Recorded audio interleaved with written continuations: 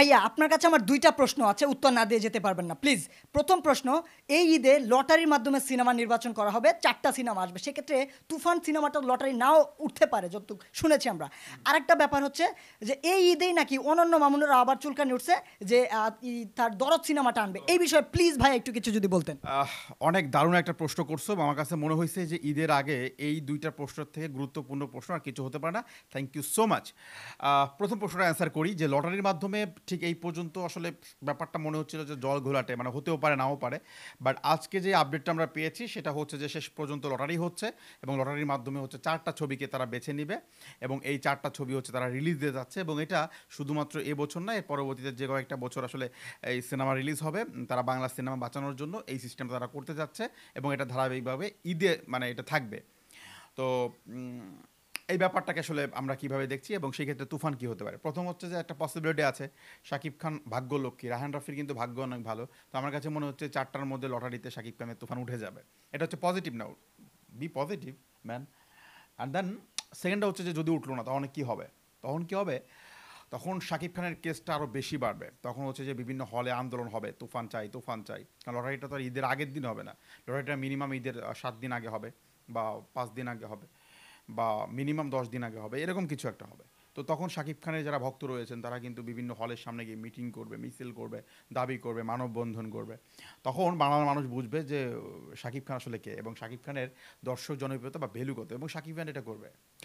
আর দ্বিতীয় কাহিনী হচ্ছে যে এর পরবর্তী সময় কি রুলসের বাইরে প্রযোজনা সংস্থা যাবে কিনা, মানে যে তুফান সিনেমাটা দিয়ে দাও এই আন্দোলনের পরে, আমার কাছে মনে হচ্ছে যে যাবে না এবং প্রযোজনা সংস্থা আসলে নিয়মের বাইরে যাবে না। যদি এই নিয়মটা একবার করে ফেলে সেই ক্ষেত্রে তুফান সিনেমাটা আসবে না এবং না আসলে সবচেয়ে ক্ষতির মুখে দাঁড়াবে কারা জানো, হল মালিকরা।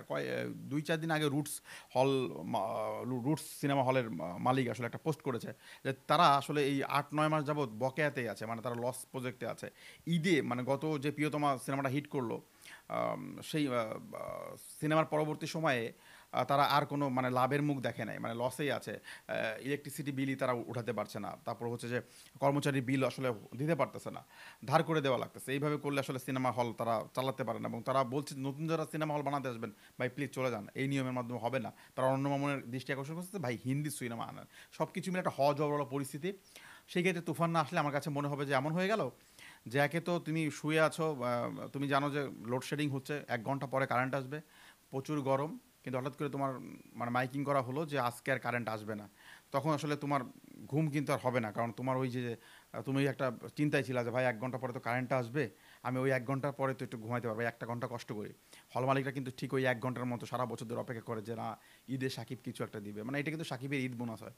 তখন ওদের ঈদটাই একদম মাটি হয়ে যাবে। ঠিক আছে, নট অনলি সাকিবিয়ানদের কথা তুমি জিজ্ঞেস করছো সাকিবিয়ানদের ঈদ মাটি হবে কিনা, সাকিবিয়ানদের ঈদ মাটি হবে, হয়ে যাবে অনেকটা। তবে সাকিব খানের যে গান চলে আসছে, এবার ট্রেলার আসবে, আরও কয়েকটা গান আসবে, ওদের ঈদ ওরা ওইভাবে চালাই নিতে পারবে, কিন্তু হল মালিকরা সবচেয়ে বেকায়দায় পড়ে যাবে। দ্বিতীয় কথা হচ্ছে অনন্য মামুনকে নিয়ে বললাম। অনন্য মামুন প্যান ইন্ডিয়ান সিনেমার ঘোষণা দিচ্ছে, সিনেমাটার নাম হচ্ছে দরদ। এবং আমিও কয়েকটা সোর্স থেকে জানতে পারলাম যে উনিও নাকি যে কোনো সময় ঈদে আসতে পারেন এবং 2 তারিখে একটা আপডেট থাকবে ওনার। উনি সিদ্ধান্ত নেবেন যে দরদ সিনেমাটা আসবে কিনা। উনিও ঈদের মার্কেটটা ধরতে যাচ্ছেন। তো রায়হান রাফির সাথে যদি ক্লাস হয় তাহলে আমি এই ব্যাপারটা শিওর যে রায়হান রাফি একটা স্ট্যাটাস দিয়েছিল যে কী রে ভয় পাইছিস, আমার কাছে মনে হয়েছে যে এটা মিসগাইড হয়েছে, এটা মানে ওনাকেই উদ্দেশ্য করে রায়হান রাফি স্ট্যাটাসটা দিয়েছিল অনন্য মামুনকে। আর ব্যক্তিগতভাবে অনন্য মামুন এবং রায়হান রাফির মধ্যে কাজ নিয়ে কিন্তু একটা কম্পিটিশন চলে এবং এটাকে বলে হচ্ছে স্নায়ুযুদ্ধ, মানে সরাসরি না কিন্তু দুইজনই আসলে সেরার প্ল্যাটফর্মে থাকতে চায় নতুনদের মধ্যে। তো সেই ক্ষেত্রে আমার কাছে মনে হচ্ছে যে উনি যদি দরদ সিনেমাটা নিয়ে আসে তাহলে অঘোষিত একটা লড়াই হলো রায়হান রাফির সাথে, কারণ সাকিবের ছবি দিয়ে তো সাকিবের সাথে লড়াই করার কোনো অবকাশ নাই, কারণ এটাও সাকিব ওটাও সাকিব। তাহলে লড়াইটা হবে কার কার কার মধ্যে, অনন্য মামুন আর হচ্ছে রায়হান রাফির মধ্যে। তো সেই ক্ষেত্রে হচ্ছে রায়হান রাফির যেই আমি যেটা মনে করি রায়হান রাফির যে মেকিং দেখেছি বা ট্রেলার সম্পর্কে আমি যেটা জেনেছি, যে ট্রেলার দেখার পরে দর্শক নাকি বলবে যে ভাই এটা আমি কী দেখলাম, মানে একটা ট্রেলার সে মিনিমাম প্রতিটা দর্শক 10 বার করে দেখবে মিনিমাম, আর ম্যাক্সিমাম কত হবে এটা আমি আই ডোন্ট নো। এটা হচ্ছে যে তুফান এইভাবে বানানো হয়েছে এবং এটা হচ্ছে মিমি চক্রবর্তীর খুব কাছের একজন মানুষ কলকাতা থেকে, তিনি আমাকে হোয়াটসঅ্যাপে জানিয়েছেন যে আরিয়ান এই অবস্থা ভাই, এবং তিনিও কন্টেন্ট ক্রিয়েটার। তো তিনি নিজেও ট্রেলারটা দেখেছেন এবং তিনি নাকি মিমি চক্রবর্তীও বলেছেন যে আহ, দুই বাংলার মধ্যে একটা মানে মাইলস্টোন কিছু একটা হতে যাচ্ছে এবং যা আসলে মানুষ কল্পনা করতে পারে না যে কী আসতেছে তুফান সিনেমা। তার মানে হচ্ছে যে তুফান সিনেমাটা ওয়ান কাইন্ডস অফ, আমি বলতে পারি যে বাংলায় একটা রিয়েলি একটা কেজিএফ সরাসরি আমরা দেখতে পাচ্ছি এবং সেই ফ্লেভারটা আগে মনে হইতো না যে ভাই কেন আমার বাড়ি ইন্ডিয়া না, ইন্ডিয়া বাড়ি হইলে তো অন্তপক্ষে এখন আমি কেন ইন্ডিয়া নাই, বাড়ি যেমন তো আমি কেন ইন্ডিয়া নাই, ইন্ডিয়া থাকলে কেজিএফটা দেখতে পারতাম ফার্স্ট ডে ফার্স্ট শো, আমি অ্যানিমেলটা দেখতে পারতাম ফার্স্ট ডে ফার্স্ট শো, আমি বাহুবলীটা দেখতে পেতাম, আমি সালাডটা দেখতে পেতাম, এরকম একটা কষ্ট ছিল না, সেই কষ্টটা দূর হয়ে যাবে তুফান সিনেমাটার মাধ্যমে। তো সেইখানে রায়ান রাফির সাথে লড়াই করতে আসা অনন্য মামুনের বোকামি ছাড়া কিছু না।